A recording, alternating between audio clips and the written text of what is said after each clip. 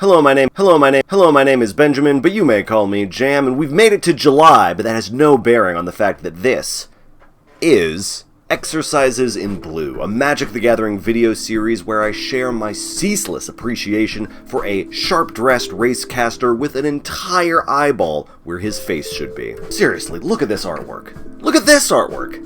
How could I possibly stop fangirling over this design? Well, one coping mechanism that hasn't failed me yet is to create 99 different versions of the same mono blue Magic the Gathering Commander deck featuring the aforementioned dude. Now, if you're new to the channel, you might be wondering, why 99? Could this possibly be a Jay-Z reference? No, it is a Ray Q reference, courtesy of this book right here. But we don't have time for this guy right now. Busy geeking out about two other gentlemen, Chris Seaman and Izzy Medrano, the two gentlemen who are responsible for bringing Vnwxt to legendary life in his own actual Magic the Gathering creature cards. The utmost respect to Josiah, Julian, Evan, Ben, and Doogie, but our first deck for today will be an homage to the artwork of Izzy and Chris, composed exclusively mostly, of cards bearing their illustrations. The resulting deck will be unusually light in strategy, but it will shine as a showcase for all of the awesome artwork. Seriously, Izzy's been serving surreal, evocative, imaginative artwork since Shadowmoor, and Chris's vibrant lines and eruptive colors prove that he's so much more than just a sea man. It's like he's like a ocean man.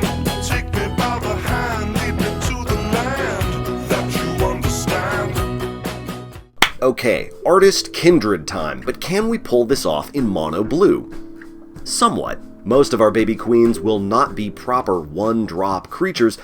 We will make do with the blue flyers and blue unblockables that we have and count ourselves grateful that there are any. However, shout out to Chris for Artificer's Assistant, one of the best baby queens to ever flutter over and alight on Vnwxt's shoulder. Speaking of the verbose host, big decision here, which version do we pick for our commander? They both have their virtues, and they both have a place in my heart.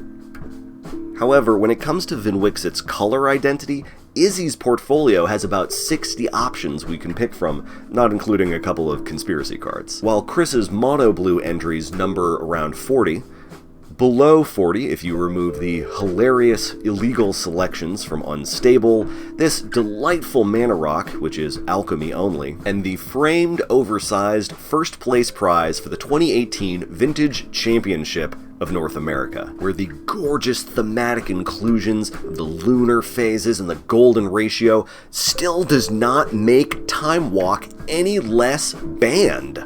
Since we have less Chris from which to pick, we are putting his Vnwxt in the driver's seat.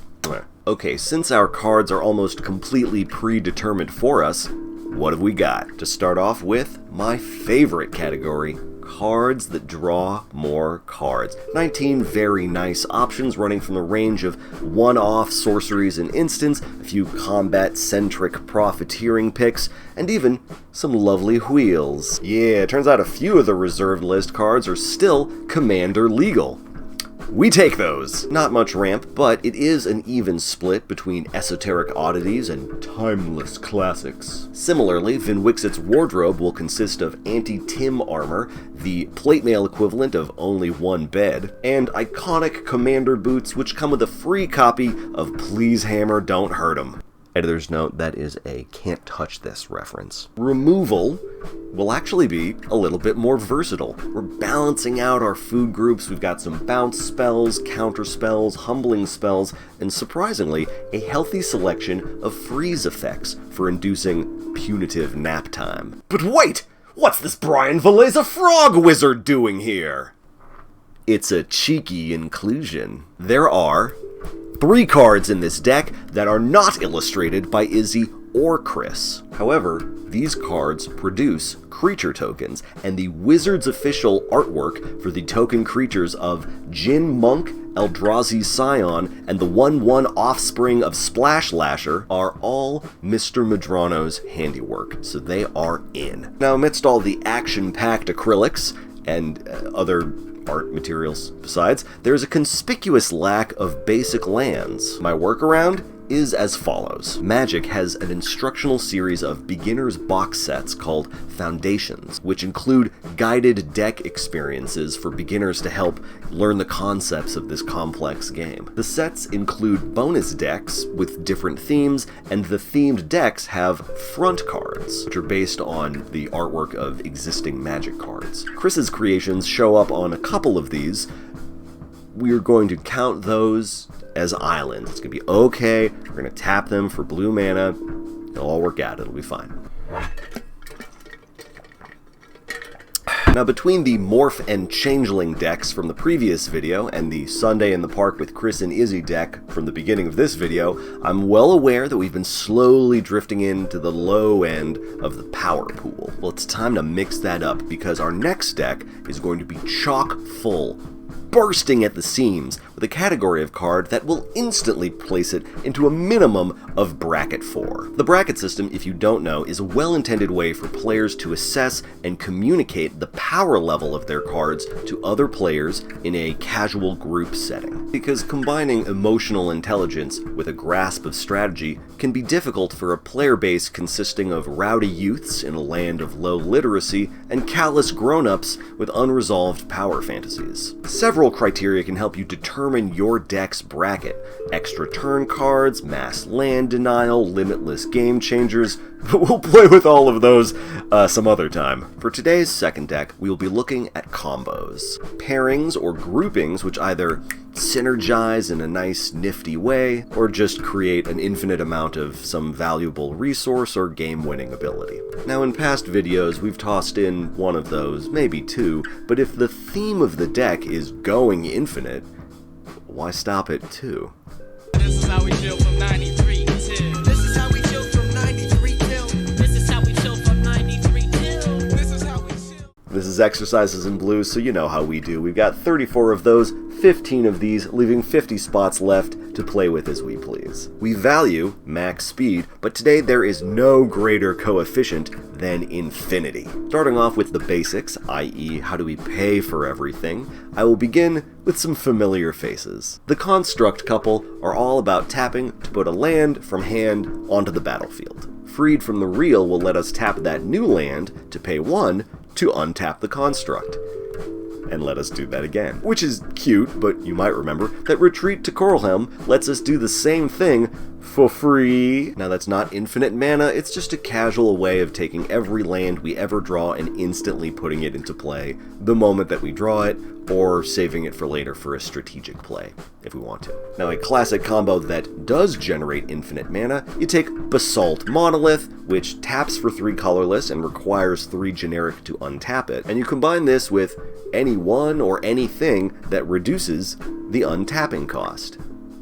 The Gadgeteer will work out just fine. Another time-honored, and by time-honored I mean from the Urza's Block tradition, full refund creatures. They cost a lot, but when they enter, they untap all of the lands you used to pay for them, which is fine, fair, and hunky-dory until you start blinking them out of existence for only 2 mana. Or in Palancron's case, you get a 1 mana discount for flickering their wispy, ephemeral stunt double. They have a decided benefit over the Gadgeteer Monolith combo because while that one produces colorless only, these guys can get you any color that any of your lands can produce. And although one is superior to the other, ¿por qué no los dos? And if that wasn't enough, we've got the Magic Stick. Isochron Scepter is an artifact which lets you imprint a cheap instant onto it to cast over and over. Bonus points if you remember this one from the Paradox wrap. There's lots of cards that we could use with it. It's a very versatile scepter.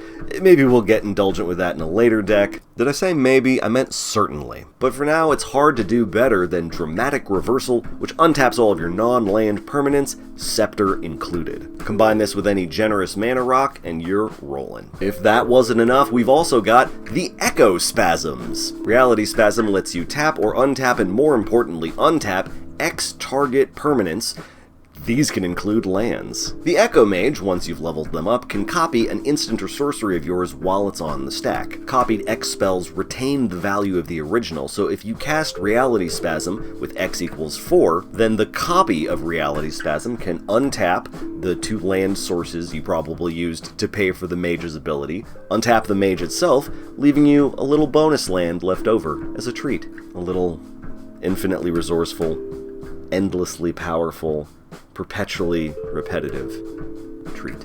And now, the Echo Mage can re-echo the original Spasm that's still sitting there on the stack. Voila. Well, what do you even need infinite mana for?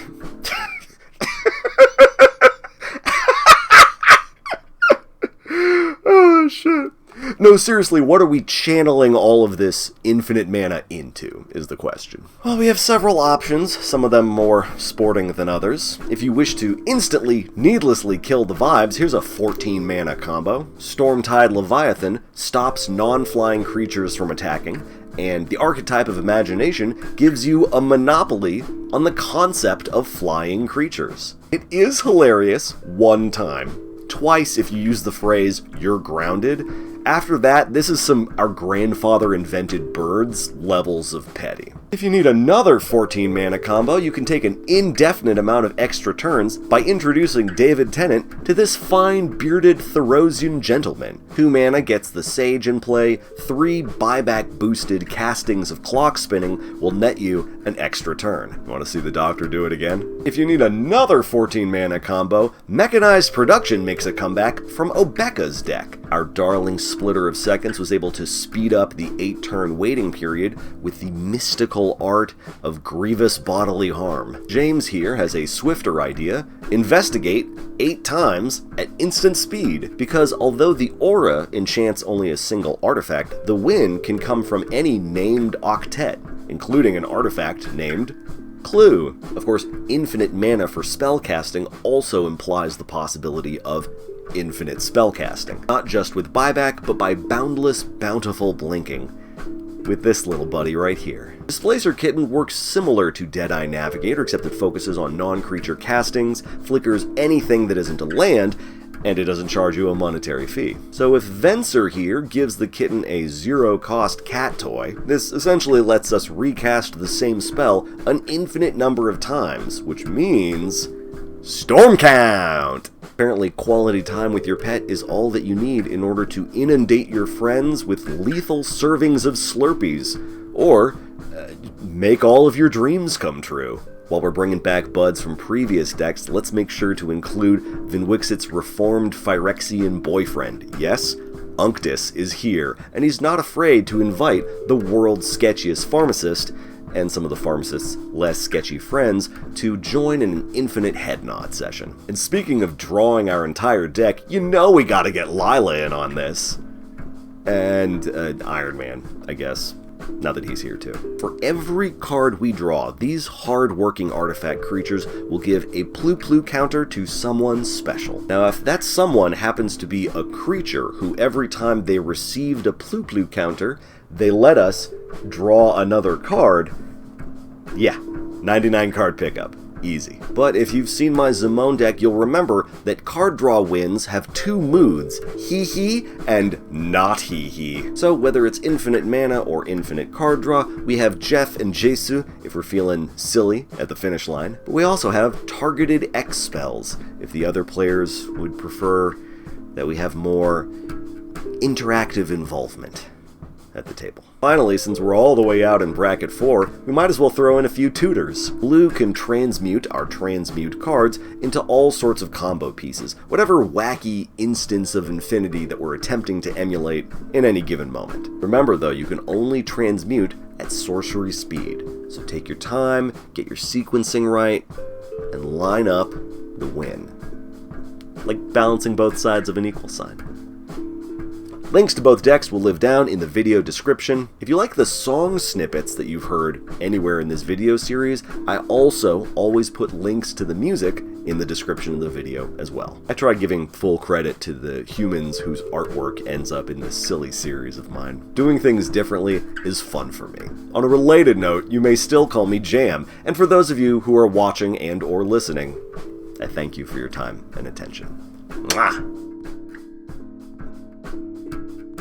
Not a lot of removal in the combo deck, was there? Nah, for that one, I went with the deck building philosophy that if you're out there making a lot of things happen, you put the onus on other people to respond to you, rather than you needing to respond to other people. Muddle the Mixture, for instance, could absolutely be used to counterspell someone's instants or sorceries, if you really wanted to. Or you could find Brain Freeze and win the game. Or you could fetch Sage of Hours and win the game. Or you could tutor a Pheto Alchemist and win the game. Or you could win the game.